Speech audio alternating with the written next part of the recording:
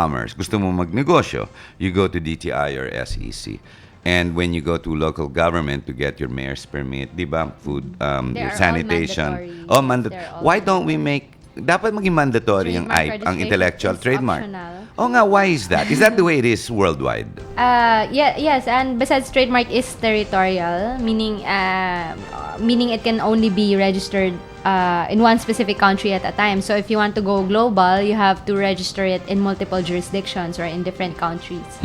So I mean, that's how the law is crafted. Although there is public policy nga in ensuring that it is now mandatorily part of the business registration process. And especially since we're moving towards creating a register or a registry of Philippine businesses. Ayan. So to consolidate all the information and for all the business owners to have just a one-stop shop in any and every locality where you're going to do business. Para madalian naman ang entrepreneur. For example, I'm in Zamboanga.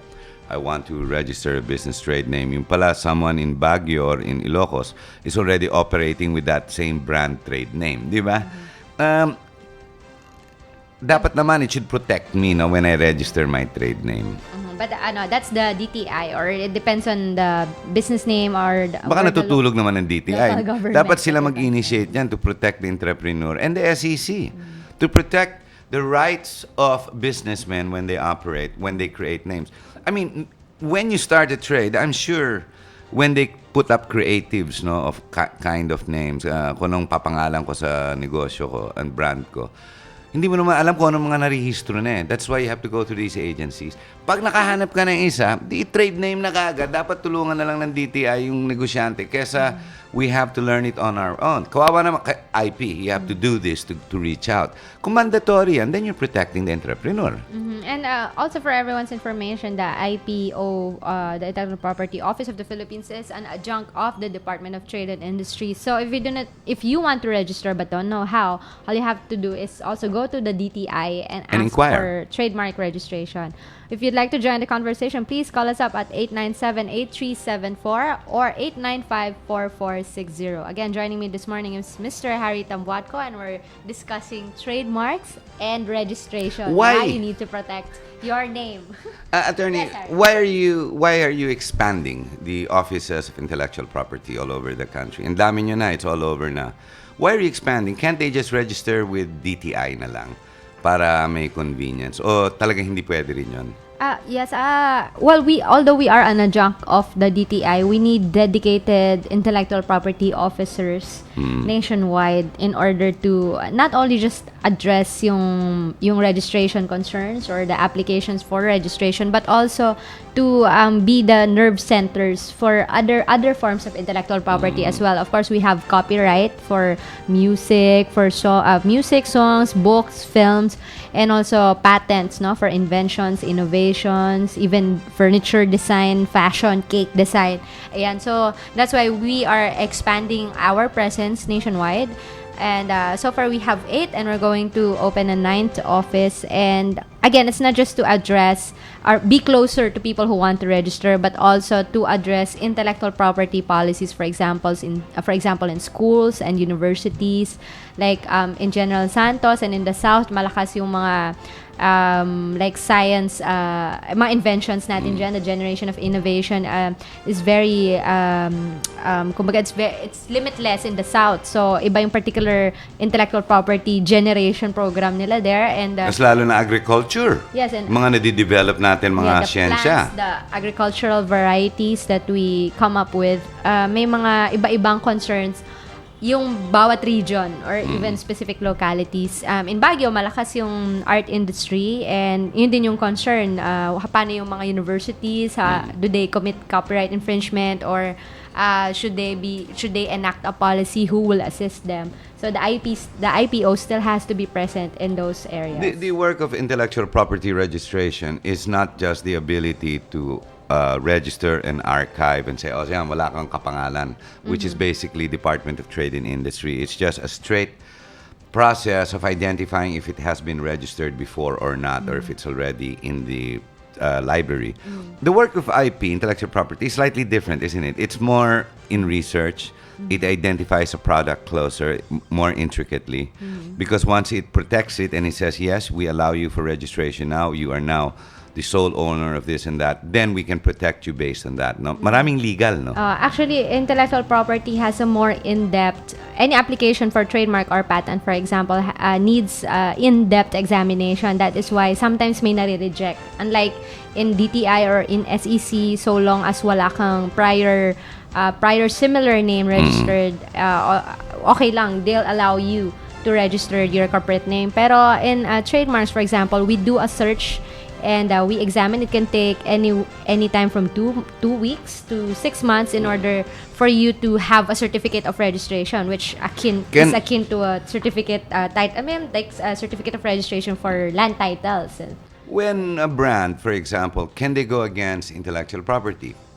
Case in point, Mang Inasal was in the news because of the grand sale of the franchise to Jollibee. But then I realized the word inasal is generic. Basta na sa Bisaya, ibig sabihin barbecue.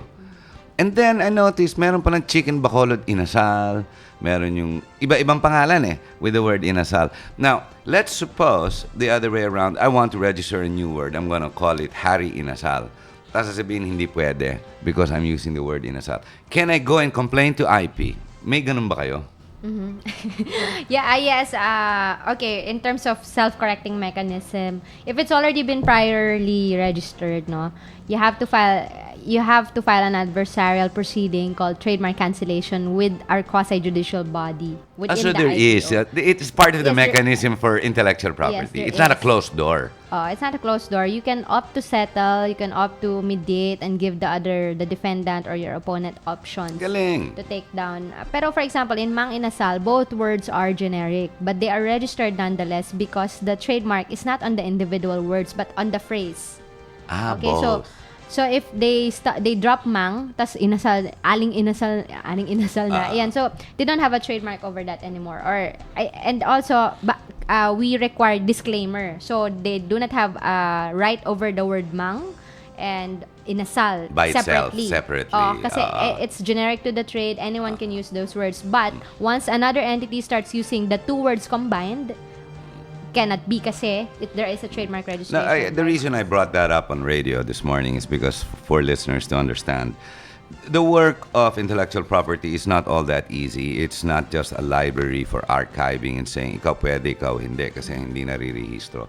Para maintindihan naman ng taong bayan, especially entrepreneurs, there are many ways of realizing, learning, and even checking and even complaining. The doors are open. And for entrepreneurs, it's not a closed door. It's not a dictatorship. Yeah. It's a democratic process that's been put together by no less than the international WIPO. And it follows international standards and rules. Correct me if I'm wrong, attorney. Now, you're with IP. Pero to make entrepreneurs understand, because I've been an entrepreneur for many, many, many years, and I didn't realize the role of intellectual property. I did register with DTI not realizing I wasn't protected. It was only for permits. Hanggang doon lang pala yun Definitely, intellectual property is, as I said, it requires more in-depth examination. But nevertheless, it provides perpetual protection. So once you are trademark registered, you are registered for life. It goes on, the duration of the protection is 10 years and you can renew it every 5 to 10 years. Okay, so that's it for Piracy Watch. Thank you, Mr. Harry Tambonco, thank you very much, for attorney. joining And thank us you this for this morning. show, because I know friends who listen who are entrepreneurs. Many have registered and continue to register, and they thank me for this revelation. Ako naman, hey, nakatulong pa ang intellectual property. Tama yan. Yes, definitely. It's public service. It's a public function that the government is undertaking. So for those of you who need to register your trademarks, please log on to www.ipophil.gov.ph or call us up here in the studio 897-8374 or 895-4460 for further instructions. We'll be glad to assist you in order to protect your good name. Okay, once again, this is Attorney Sarah Sugitan for Piracy Watch. This show has been brought to you by the Philippine Intellectual Property Office and the World Intellectual Property Organization. Do tune in again Tuesday next week at 11 a.m. for another edition of the Piracy Watch.